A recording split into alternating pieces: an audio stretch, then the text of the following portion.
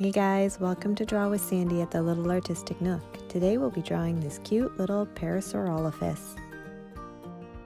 To begin, we're going to draw our PARASAUROLOPHUS's eye near the top center of the page. So draw out a large oval, and then we'll go ahead and we'll add in the first highlight, just drawing in a circle near the bottom. You can top that little circle with a heart and fill in around the two highlights. When you're all finished coloring in the eye, you can come back and trace over the top and extend 2 lines to the left for eyelashes or 1 for an eyelid. Now we can go ahead and draw a cheek in underneath the eye by just starting near the bottom and sweeping a curve all the way to the other side.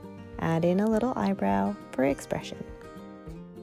To begin drawing the head, I'm going to just place a small dot that's a little bit above the eyebrow and towards the left side.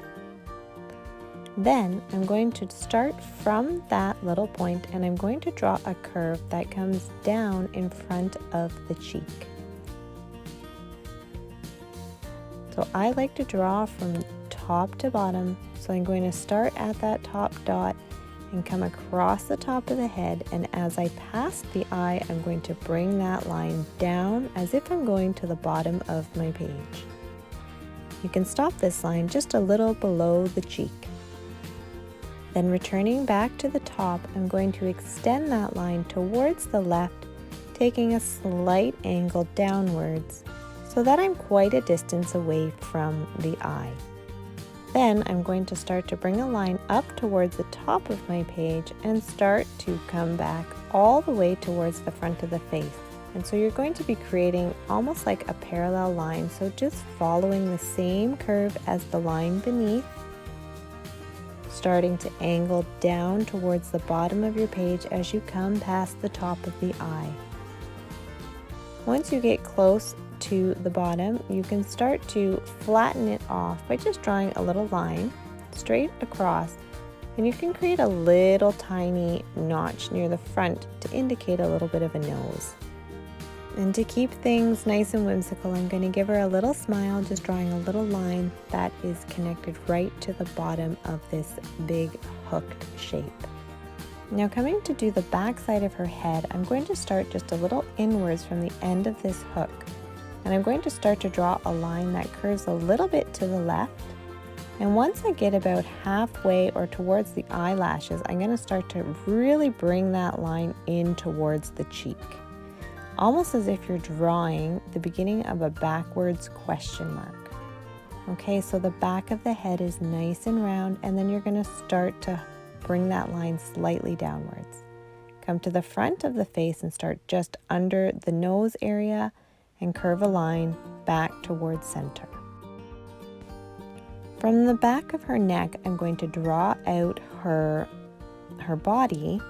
So just starting right at the bottom of that line, I'm going to create a pretty nice curve here. So I want her back to look like there's a little bit of an arch in it. So just start to curve that line up.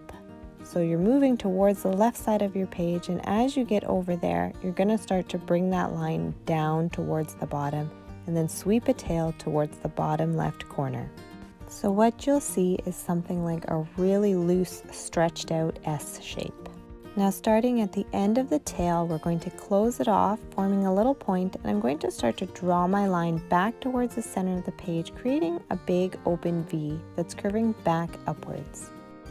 Just in front of this tail line, I'm going to draw in a little backward C so that the opening of my tail is moving in towards the curve of my C. So my C is longer, it's extending past it.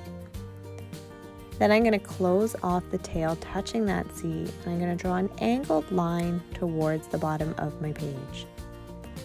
Then come back up, and inside the body I'm going to draw a bigger backward C shape just in front of this line to create the upper part of her back leg. Then you're going to draw out another angled line that's parallel to the first one you just drew, and then we'll go ahead and draw in her feet.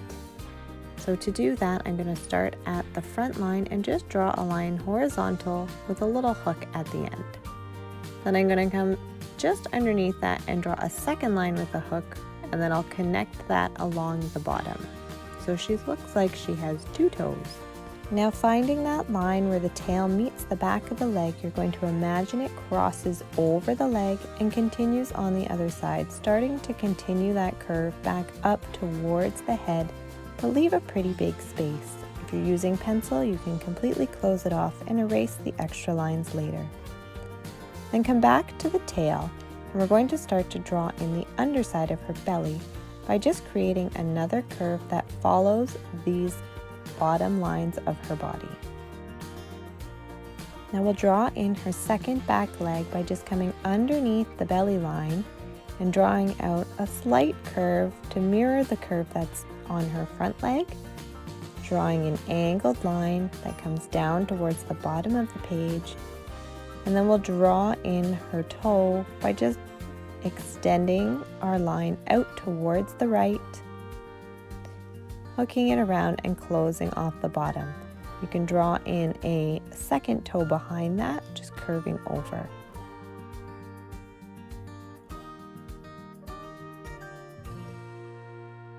To draw in her upper arms, I'm going to start in the body just above the opening or this gap that I've left here on her front. So bring your pencil inside the body and start to draw an angled line down towards the top of her belly. And then to close it off, I'm going to just draw my line that's moving a little bit more towards the right corner and closes off that belly line. You can then just create sort of a rounded square or rectangular shape for her arm. And then we'll go ahead and we'll add in some little triangles at the very front for some little claws. So now we need to close off the rest of her body. So imagine those 2 lines extending and come to connect them at the neck. For your belly line, it's going to get narrower as it gets closer to the neck, almost like you're drawing in a triangle. And then you can go ahead and draw in her second arm by starting at that belly line and just drawing a little curve to make it touch the front paw and a claw if there's room. To add in some fun details, I'm going to draw in some stripes along her back. So to do that, I'm just going to draw rounded triangles.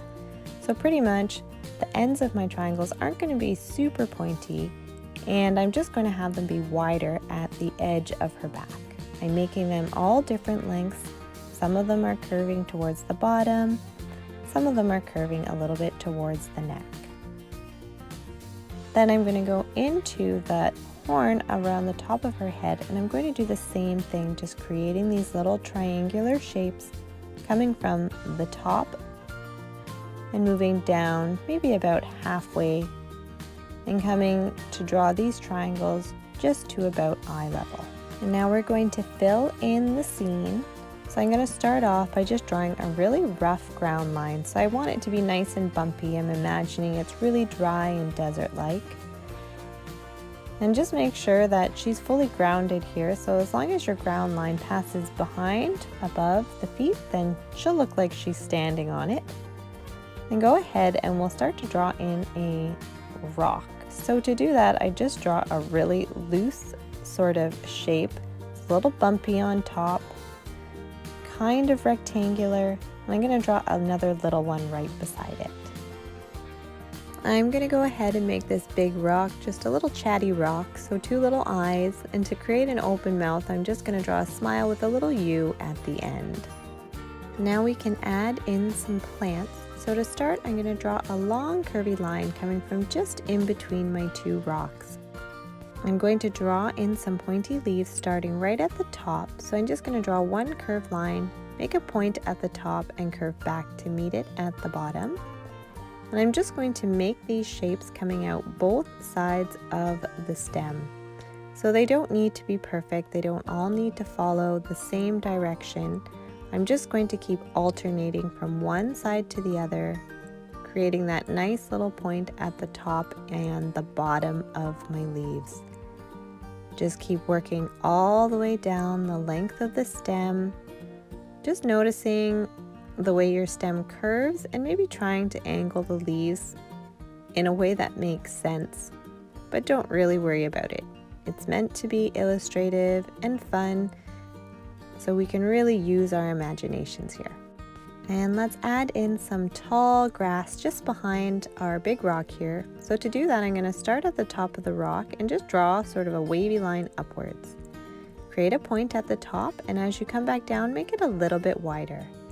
You can do as many of these as you like, make them different heights. You can even angle them out, maybe sideways, maybe create a little bend in one of them. So anything you like.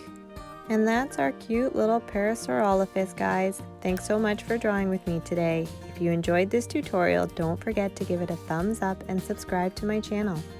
So until next time for another Draw with Sandee, keep making art and keep smiling.